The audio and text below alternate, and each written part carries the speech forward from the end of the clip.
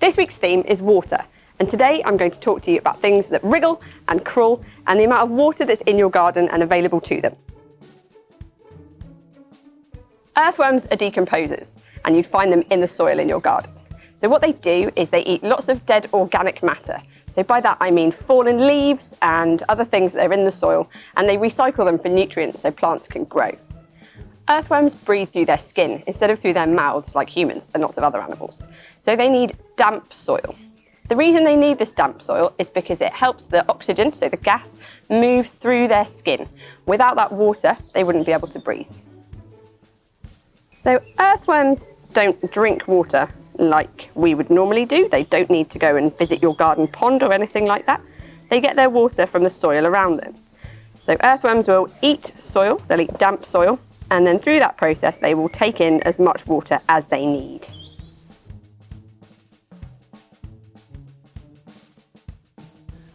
Messy corners like this are a really good place to find woodlice. So if you've got a place that's in the shade, it will keep its water for longer, it won't evaporate as quick. So you can find lots of creepy crawlies that like to be in damp places. So woodlice aren't actually insects, and I've got these two here which we can show you. They've actually got a shell and they're crustaceans, the same as crabs and lobsters. And the interesting thing about woodlice is that they can drink from both ends. So they drink through their mouths, and then they also drink through their rear ends via some tubes called uropods. So they can suck up water like that.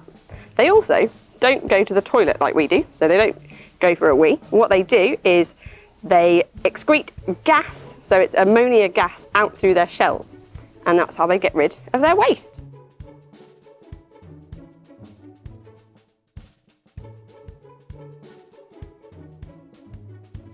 Ladybirds, like the one I've got in my hand here, don't need big sources of water to drink. So they don't need ponds or anything like that. So don't worry if you don't have a large source of water in your garden. Instead, what they'll do is they'll drink droplets of water that are on leaves or on the ground, and they drink through their mouths like normal. So when you're out exploring your garden for creatures like this, think about the water that you might find and whether you can create any more damp areas or areas that might collect water like plants for them.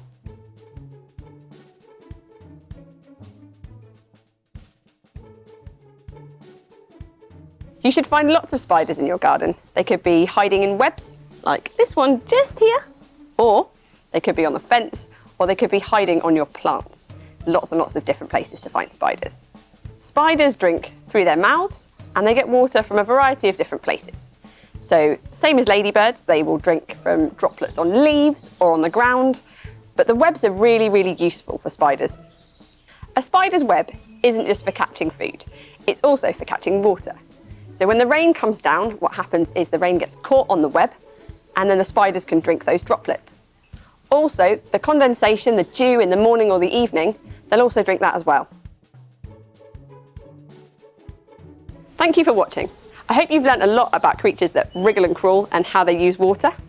I'd like you to think about the rainfall that you get in your garden and how useful that is for wildlife. I hope you've had a great wild day.